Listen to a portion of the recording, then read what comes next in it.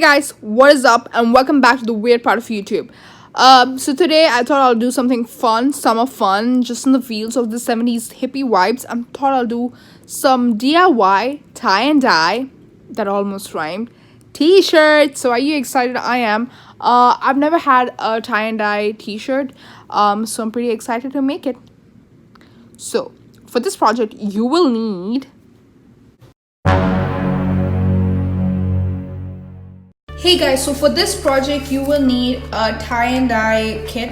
If you don't have this tie and dye kit, you can pretty much get a dye and then put it in a like a squeezy like this. So I'll explain what is in this kit right now. It's a tie and dye, so there's like 3 colors. Got this for like $3, so basically $1 per color, and you would need some rubber bands. This comes with the kit obviously, but if you don't have the dye or the squeezy bottle, you would need that, or just trying to be more creative. There's some gloves because it's some pretty potent dye. You also have like colors over here, so let me open that.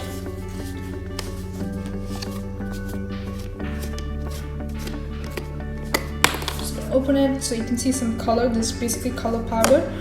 Food coloring, dyeing with food coloring won't be that great, so it has to be a dye colors. So just get some dye colors. You can get them from Amazon, you can get them from pretty much everywhere. So this is the color. So I have the 3 colors over here, and I'm gonna use it on the t-shirt and make some designs. So I have some gloves, protective gloves for this, but you don't need it if you're pretty confident. Once you pinch the fabric at the point where you want to spiral, it's going to hang in there, and then you just leave it on the ground and then sort of make it into a round. So basically turn it like this and then just sort of create a round shape. So I'm just going to do that real quickly. So this was where my pinch was, so I'm just going to sort of fold, like create like pleats. You don't need to create it, it's just for making it a little easier for me, but you can just roll it. So I'm gonna take it over here and start rolling it. Right, so you get this sort of a flower sort of an effect. So just try to make your spiral as tight as possible so that it has the maximum color effect on it, so that there are no white spots, in this case pink spots.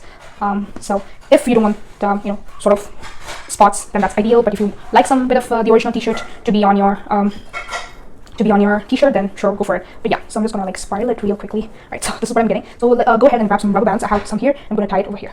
So I'm gonna do this flower pattern. I'm gonna make it into 8, but if you have more, sure, go ahead and do that. So I'm gonna remove the rubber bands real quickly. All right, so great. So now I'm just gonna grab it. The spiral technique, I have to keep doing it over and over again, but yeah, hopefully it stays. Alright, so just grab it. Okay, not again, damn it. So basically like this.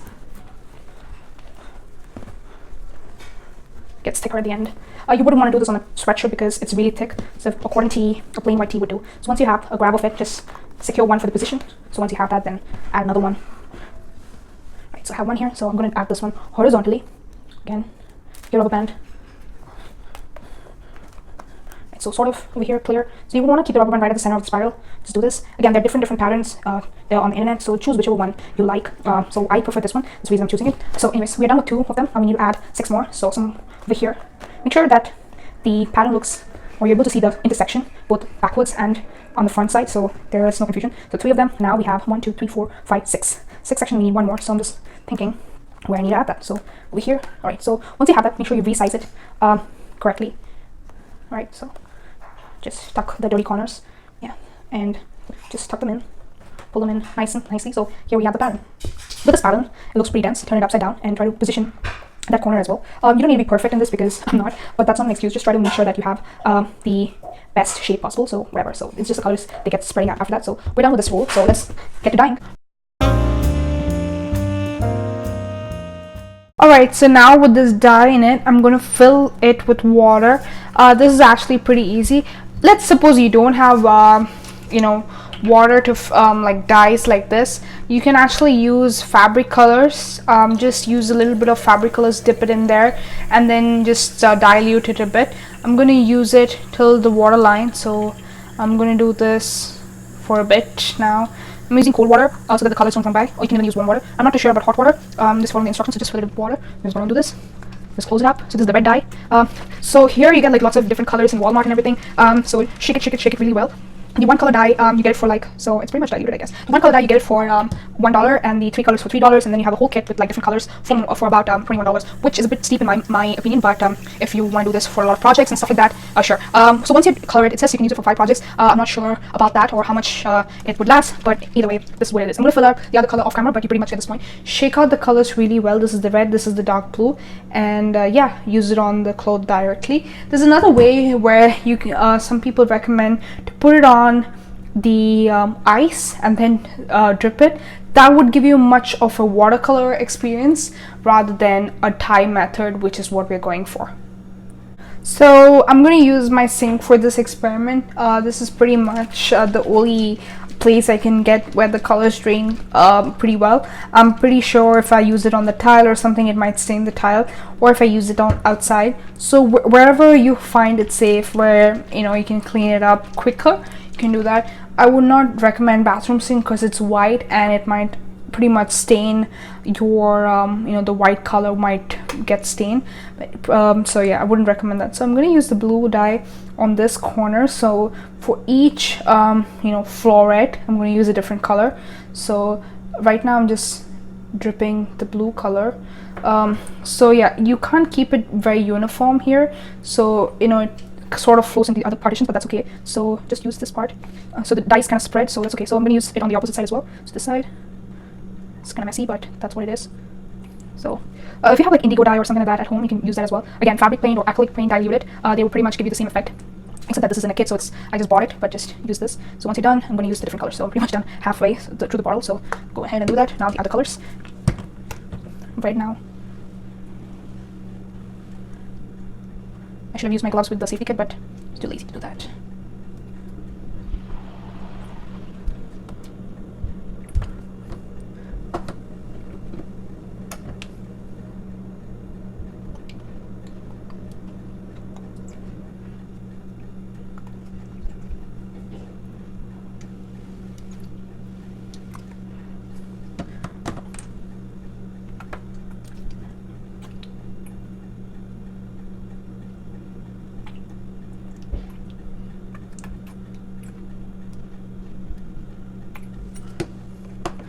So yeah, that's pretty much the thing. I'm going to rest it over here, and it's a good idea to like just make sure that you wear gloves and not like me. I was pretty dumb. The kit did provide, so the kit did provide some colors and glove, but I couldn't find that this time in the video. But yeah, I'm pretty sure it'll run off pretty quickly, so just keep it over here. I'm just going to keep it in a rack. So if you have a wire rack, you can use that. I didn't have that, so do whatever is convenient, and just make sure it rests for a while. So this 5 minutes cool. I know it looks really messy, but I'm sure the reveal will be great, so just leave it off there. You can use a deeper color, like here. In this case, I used blue, which is pretty much leaking off the side, but that's okay. That's the whole point of a dye, so don't try to be perfect with this floret. It shouldn't spread over here.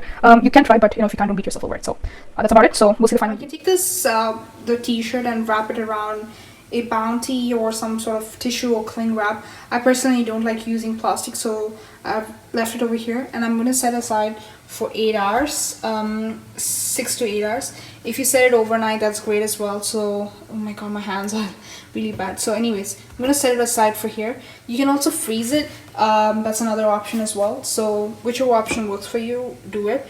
The option with freezing is that it like really seeps into the colors into the cloth, and it sets it pretty nicely and pretty quickly. But all the methods work, and there's marginal difference between one another. So yeah, that's it. And I think I have a bit of colors. I can use it on another t-shirt or something, but I don't have any, so I'm just gonna leave it aside. So after 6 to 8 hours, you can pretty much wash it and use it, put it in the dryer, and then wear it. So let's wait for 6 to 8 hours. And alright guys, it's been like 7 to 8 hours after this project, so I'm going to remove the rubber bands. So yeah, pretty much super excited. So you can see the stains over here. At this point you can't really do much to rescue the color, so whatever is on the fabric is what it is. I try to use the ties which are food grade so that, you know, it doesn't like really is non-toxic and stuff like that. So yeah, so whatever colors you have right here, it is pretty much safe to use. And oh my god, this is gonna be a struggle. So wait a minute and let me remove these bands. So I've removed the bands and I'm gonna see how the shirt looks. But before that, there's one important stuff.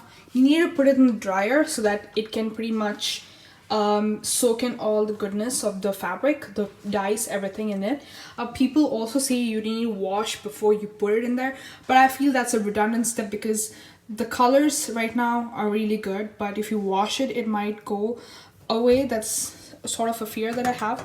But I'm just going to put it in the dryer. It's all just normal water, so I'm just going to remove this, put it over there, and I'm going to put it in the dryer for like 10 minutes.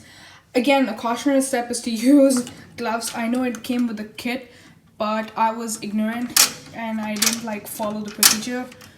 Pretty bad on my side. So push this another setting. So I'm just going to put it for some time. Wait a second. 20 minutes. 20 minutes should be fine. So just leave it like that.